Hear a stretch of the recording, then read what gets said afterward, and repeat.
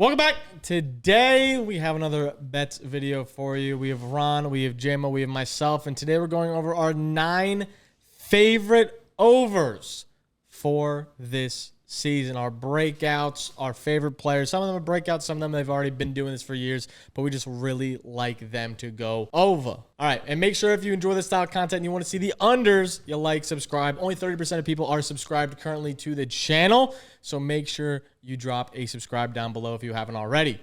70% of frauds? 70% are frauds. We're going to start with my favorite over. This is a guy that's broken out multiple of times. We're taking Jamar Chase to go over 1,300 receiving yards. It's minus 120. It feels really good. And my question is, what has changed? Joe Burrow is back. This defense is still bad. Obviously, you have T in the mix, but even when T was playing, he was still averaging 10.2 targets per game. So you still seeing the volume, even with T. Higgins. I'm not worried about any wide receiver 3. I'm not worried about them bringing in any damn new tight ends. That doesn't faze me at all. He's hit this in 2 of the past 4 years he's been playing. In the years he did not hit, Joe Burrow was hurt 1 year and only played 10 games. Even with Joe Burrow only playing 10 games, he still was only 83 yards short of this line, which is nuts. Then, in 2022, he missed this line because he only played 12 or 11 and a half games himself, obviously getting injured that year. So if he plays 13 games, if Joe Burrow plays 12 games, he's guaranteed to pretty much hit this line. Not guaranteed, nothing's guaranteed, but very likely to hit this line. He's just the best receiver in football with nothing changing around him. No real offensive coordinator changes, no real major changes from the offensive line, running back situations. Like, everything's pretty much the same for him to cook once again for the Triple Crown winner. I fuck with this. I fuck with this heavy. I feel like the consensus is like, oh, he's the wide receiver 1 in fantasy. And everyone agrees with that. And typically the wide receiver 1 has like 17, 16, 1,500 yards, and you're almost getting them at like a discount. Yeah, at 1,300 if you're behind the crowd of, which is like 90% of us are. Like, he's going to be the wide receiver 1 this year. Yeah, I mean, the league leader is usually always in that 15, 16, 17 range, and he's got just a shot as anyone to be that league leader again. Yeah. He could not be the leader and still beat this. Even if he does what JJ did last year. I mean, JJ came into the year 1,375. Yeah. So we're getting it for 75 yards less than the leader last year. I feel really like, good about I'm surprised his line isn't like 13.99. I thought it was going to be very much higher. Yeah. I like that too. I mean, he's the 101 in fantasy, Triple Crown winner. The only thing, I think it just literally would be health. Would just be, last Triple Crown was Cooper Kupp. It just feels like the best wide receiver in the league's going to have more than 1,300 yards. Yeah. No? Well, like, 1,300 is no gimme, but just what we're doing now with 17 games. And if he's seeing 10 targets a game, he's averaging 10 yards a target per game. Like, that's... T always misses time, too. Not that it... Again, he doesn't need T to miss time, but T misses time every freaking time, man. And I'm going to be honest, I think with T. Higgins, though, like, even last year, like, he saw so many more deep opportunities when T was playing. Like, he had his best games when T was on the field because it just takes away coverage. Like, they can't just double him over time. They can't move that safety over top of him.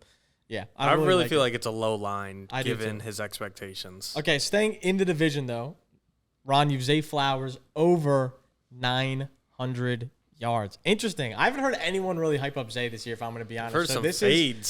So this is a unique line. I really like to hear your perspective on this. I'd say I'm sitting on Zay Flowers, but I'm in a video soon. I want to gas him up because in terms of like breakout receivers, no one mentions that. When we talk about breakout receivers, right? It's like it's rookie, second-year guys, third-year guys. Everybody's talking about. In terms of like third year, it's a lot of like JSN, and JSN kind of broke out last year, but Zay Flowers gets no love as a third-year breakout. He's on potentially the best offense in the league. Lamar Jackson's going to throw the ball well. I know that Zay Flowers is like undersized, but last year, I was looking at it. Last year, he already hit over 1,000 yards. His rookie year as well, he hit 858, and I think he missed a game as well. So 900 doesn't feel that terrible. And he's in the prime of his career, attached to a good quarterback. Likely he's now hurt as well, which feels like isn't really factored into the line. So I feel like everyone's kind of sleeping on Flowers. I know he's like, I guess you could say undersized. I guess I know that Hopkins is there, but Hopkins probably washed at this point. He's like their clear one. Flowers is a good, like he's probably a better player than he is what he puts up stat-wise, but he's still somebody that's going to flirt with 1,000 yards regardless. Yeah. I think maybe they're just looking at like, oh, Lamar had his best passing year by far, and he still didn't have like a crazy year. Like, he still barely kind of got it.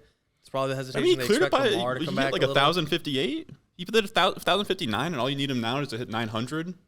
Yeah, I like it. You can take a step forward too as a player in year 3. Yeah. I like Flowers. I like the hype, and I'm going to follow it up with another one of mine real quick. Is Lamar Jackson over 3,450 passing yards. I like that. Do we know what he threw last year? I know it was over 4K. Yeah, he threw 4,100 last year. Yeah.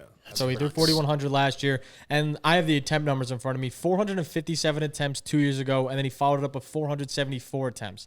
That is almost 50 more attempts than any previous year and over 100 more attempts than the years before Monken. Either way, with Derrick Henry, I think his completion percentage saw a big rise. His yards per attempt saw a big rise, which is awesome to see. Last year, he was averaging a 10.15 yards per attempt, which is drastically higher than his 8 yards per attempt in previous years. So he's seeing just longer throws. Way more is opened up with the play action with Derrick Henry behind him. He's able to pass the ball more. Again, 474 passing attempts is nothing to scoff at. I think he's going to just be the MVP Lamar we see again. Is he going to hit 4,100? I don't think so. But I think he'll be around the 38, 39. And yeah, that's what I expect the line to be at. Like, oh, they expect regression, but like by 300-400 yards. I'm surprised they're doing it 700 yards. Yeah, it's almost 1,000-yard difference. So another one, I think it's just like a healthy line. It's just like doesn't stay healthy. If he plays 17 games, I think 3,500 has to happen. Yeah, I would agree. Jimmy, you have another quarterback actually staying in the division. Staying in the division. We have a lot in the division this year. What are your thoughts? I have Aaron Rodgers over 3,250 passing yards. 3,250 passing yards across 17 games, 191 yards. You think he's not throwing 191 yards a game? And you could be like, oh, he's going to miss a game, like injuries. You could say that about anything. You could have said that about Jamar, Lamar, Zay. Injuries, sure, it's an argument, but it's an argument for everyone. Aaron Rodgers offense though, like you think it's locked, dude, 200 yards a game? I don't need 250, 300, 191 yards. It's ridiculous. Like Rodgers is a throw first quarterback, and anytime in his career he's been healthy, the lowest he's ever had, he's never gone below 3,500. Even last year in the Jets, he had 3,800. Like, take your biases out of it if you don't like the guy. If you think he's washed, whatever, this line is still way too low for his style of play. Like, I'm not using emotions here. Just, like, looking at his career, this line is way too disrespectful.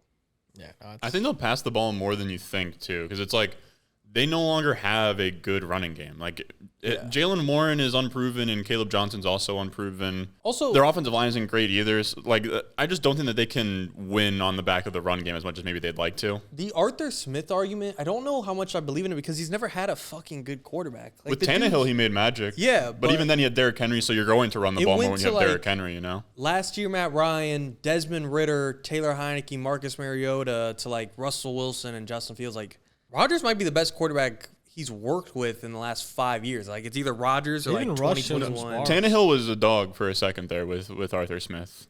Big Tannehill guy. Yeah, that's what I'm saying. It's either like his best he's had since Tennessee. You pull up Tannehill with, like, Arthur Smith revived Ryan Tannehill.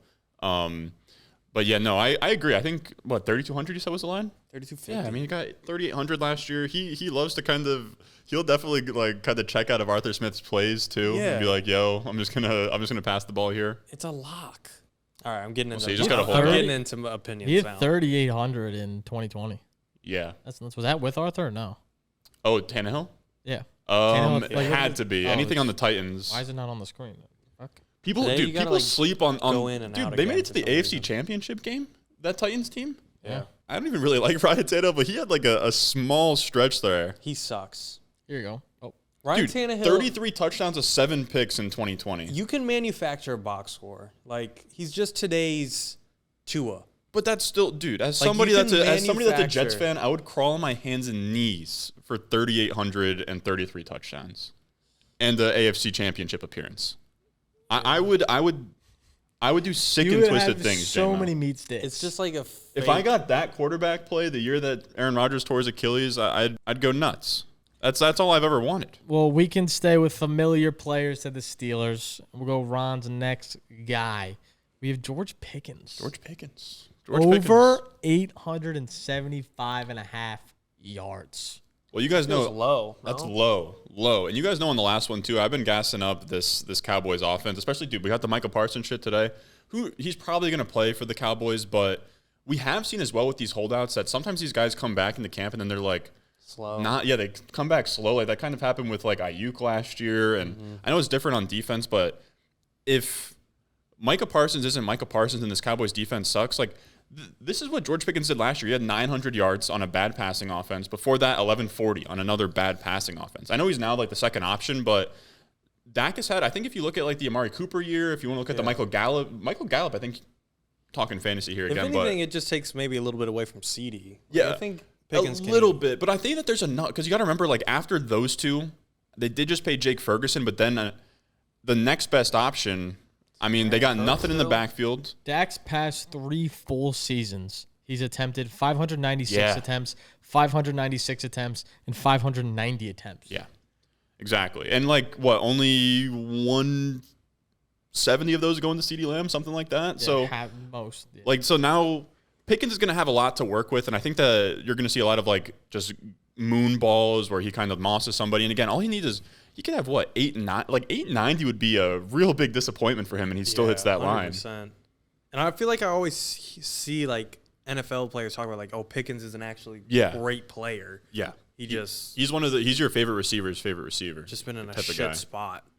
Plus, he's a diva. Like, he's good. Yeah, exactly. He's good. A diva in Dallas. If you want to talk about it long term, I think maybe long term, being the 2 to CeeDee Lamb, whatever. But I feel like he's got something to prove this year. Like he wanted out of the Steelers. Loki's honeymoon phase. Not Loki. This is his contract year. Yeah. Yeah. Lock. Yep. That's big. Speaking of diva receivers, we have Tyreek Hill, 980.5. Yeah. Talk us into Tyreek, because I'm not sold. I've hear from you guys like, oh, everyone's figured out Miami. Nick, you've heard from Nick, yeah.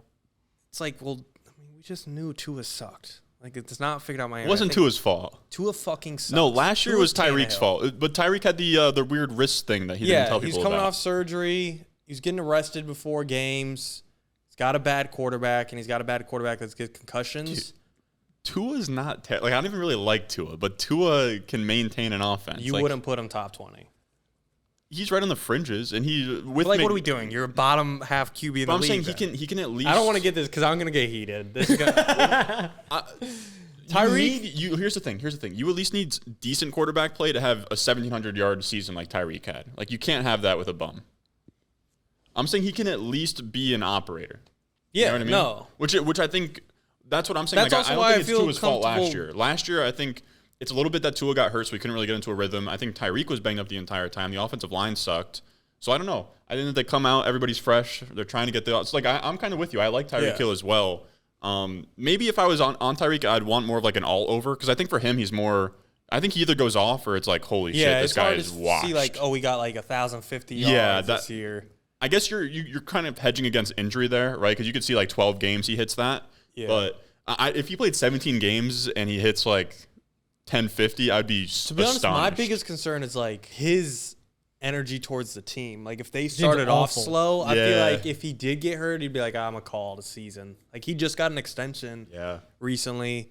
I don't think he stays in Miami his entire career, or he calls it early. I think he goes back to the Chiefs. It is funny that Tua is like, you got to earn that trust back, big dog. Yeah, which is hilarious.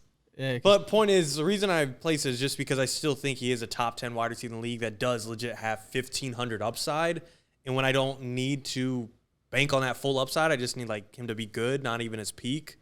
Like 1,000 How do you explain yards. last year? Just wrist injury plus Tua concussion. Yeah. Yeah. I mean, he averaged that's kind of where I'm at. An extra 10 yards with Tua in his games. 10's not gonna like make a break, but that adds up over 17 games. Yeah. And I mean, you could just also tell last year the Dolphins had vibes issues. were bad, man. Yeah. Vibes were real bad. I mean, he still had 959 yards, too. Yeah. He still hit over this line. I'm just betting on the player. Oh, he hit underline. I think the talent's there. Yeah. And he would have hit it last year if Tua was healthy. I think this year 20 yards off. 20 yards off. Yeah. Tua, I think like he was well aware now, like, oh, I can't risk moving at all. Dude, the funny part is, like, even after last year, there was a time where he, like, I think he threw a pick and he tried to tackle somebody out of bounds. It was nuts. He's out of his mind. He's but make you feel better that Zach Wilson's backing him up? That is actually a point I made because, like, Zach Wilson before that was Tyler Huntley. Great. But, like, he supported 1,000-yard receivers. I like Quinn Ewers. And Garrett Wilson. Yeah? So it's, like, no longer Skylar Thompson. It's like, okay, a backup that has at least produced for a wide receiver one before. I think what you can talk yourself into is he's at least a quarterback who will pass the ball. Because when you have Tyler Huntley, you're all of a sudden running like the Navy offense. You know what I mean? Like then the passing yards go down, pass attempts go down. At least with Zach Wilson over or Quinn Ewers, like you're at least now trying to run an NFL offense with them. Yeah, no, 100%. I mean, we'll just stay on receivers at this point. But before we go any further, the draft guide is out right now, as well as you can use code DRAFT on BetMGM to place these lines. So not only are you going to get to place the lines, but you're also going to get the draft guide for $10 when you deposit on BetMGM. So just take one of the lines and you'll get a free draft guide with it along. You can't go wrong. Draft on BetMGM. $7.95 for Tedero McMillan, the rookie. Yep. Carolina, let's hear the boys rally behind Ted McMillan. What are you thinking here, Stain? Dude, I'm a big fan of Tedero McMillan. I mean, we've talked about it. I love this offense, too. I think that it's going to be shootouts. I like Dave Canales. I like what Bryce Young. I like what Bryce Young put down the stretch. Yeah, well, I mean, their defense is okay. Playoffs? I don't know about playoffs, but I like the offense. I'm drafting a lot of Bryce Young. I'm drafting a lot of Tedero McMillan. We were just talking about Zay Flowers, who gets slept on by everybody. His rookie year, he hit 800 receiving yards, and I feel like that wasn't even like that loud of an 800 receiving yards. So I don't know, Tedero McMillan, and he has like a path to play right away. Like if he hit, I think that he'll hit like 1100 would be like kind of my like maybe that's a crazy expectation, but like I mean, he's stepping in as their one. Yeah, like a Garrett Wilson style rookie year. They spent the 8th overall pick. Like yeah, he's gonna be the one. Like, dude, I'm sorry, gut, but fucking Leggett sucks. No, Leggett's awful. You don't have to bad. apologize. I'm vocal about it. Like, He fucking blows. there's no one else. Like, I like Coker too, but Tedero McMillan's the one. You know what I mean? Like I agree. Is Ted gonna be what Deontay Johnson was supposed to be for them? That's a crazy thing to kind of. I'm asking. I don't fucking know. Well, he's a different style of player, I would say. Okay. Deontay was nice though. Deontay was nice for a split second. second. I'm saying those 2 like weeks. If that's 3 weeks, Ted across 17, 3 weeks, he had 300 points. Remember that? Yeah, he's a goat. I do like the Tedero McMillan play. I think Bryce Young has a real chance to break out this season, and have a full season. If he played like he did the last 10 games, we're gonna see a lot out of Bryce Young and a lot of hype around the Panthers. All the lines are so conservative. Yeah, I mean, it's like I know everyone takes you over, but they feel low. Players get hurt, man. Yeah, no, that's like the biggest thing. I mean, you think about it. Last year, we took DK's lines 100 times, and then like even right now, it's pissing me off with like fantasy. Like Jawan Jennings is banged up. Dude just like pick shit. Like they just pick things up, and sometimes they play through shit and they're just bad, or they become decoys in the passing game a lot of the time. Like valid. Did you see the clip, Gut, of J.C. Horn embarrassing Leggett the other day? Yeah, no, J.C. Horn is also. I know J.C. Horn's amazing, but it's also like, geez, dude. Chad Ochocinco quote tweeted it and was like giving him advice. How did he embarrass him? Dude, he at the top of the route where he was like supposed to break, he like kind of weaved and like he like juked himself out of his own shoes and just it just completely shut himself down. This last year is the stat for Bryce Young. He obviously this is including his first 2 horrendous games. He had 375 attempts, and 15-9 touchdown to interception ratio. And if you take out those first 2 games, you eliminate 4 interceptions. So it's like then it's a 15-5 touchdown interception ratio, which looks just significantly better. I don't know. I think there's a lot of room for Bryce Young to look and play better. I mean, the last game of the season was awesome for him. If we can see any hope of that going forward, I think it'll be awesome for Ted. All right, we can keep it pushing. My next guy is going to be Kyler Murray. I go back to this every year, and I had cash for me last year. I'm going to do it again. Kyler Murray over 3,400 passing yards, the same line he had last season. I'm going to run it back. He's hit this in 4 of his first 6 years in the league. The only years he did not hit it, he played 8 games and 11 games, had an ACL injury, came back late, left early. Pretty simple, enough of explanation there. In the years, he plays 16 or 17 full games and he has not thrown under 541 pass attempts. So he's averaging over 31.4 pass attempts per game.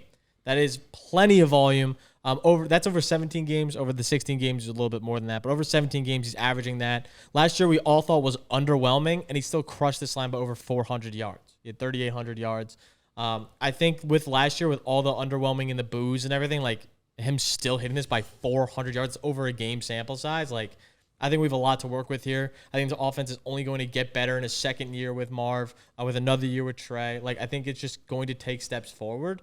Also with a healthy O-line. Last year their O-line was really banged up, so hopefully with a healthy O-line they play a little bit better. I think Trey Benson could take a step forward. James Conner is still going to be that guy in the backfield for now. But I think there's a lot of room to grow in this offense, and I'm excited to get a piece of it with Kyler over 3,400 passing yards.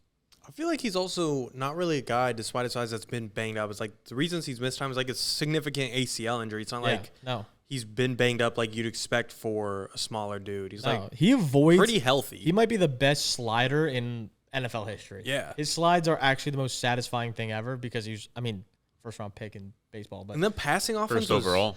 Ugly last year. It's like Actually, sadly the offense didn't change. Like they kept their OC, but like just being somewhat optimistic might be blind. Like I don't think it'd get worse. No, I mean I think it could only go up. He up. completed almost 69% of his passes last year, 68.8, which is almost the highest in the league. Like he completes passes at a super high level too. His entire career, he hasn't gone under 64%.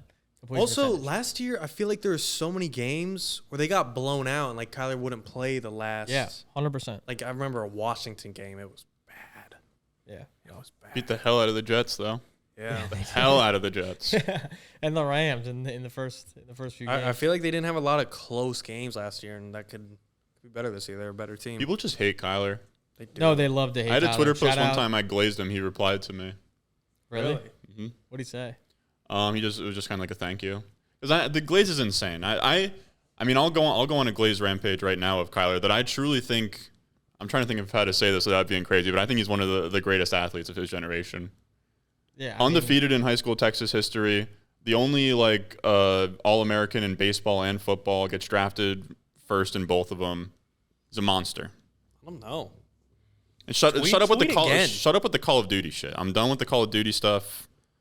That's all nonsense. Yeah, versus the AFC East last year, he cooked. That really hasn't been a talk in a while, I feel like. No, dude. Every time anybody posts something about Kyler, they're like, "Oh, when does Call of Duty come out?" Even though Call of Duty's sucked since BO3, so just miss me with all of it. They blew out 4 teams last year, had 8 to 14 point difference in 3 games, and then what's one versus the Jets? Close games Versus the Jets, they probably won by like 27.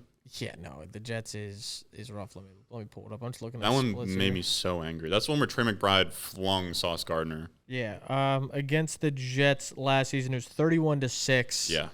He was 22 for 24 with 266 yards and a touchdown, and I'm assuming all rushing. Yeah. 2 rushing touchdowns. Yeah.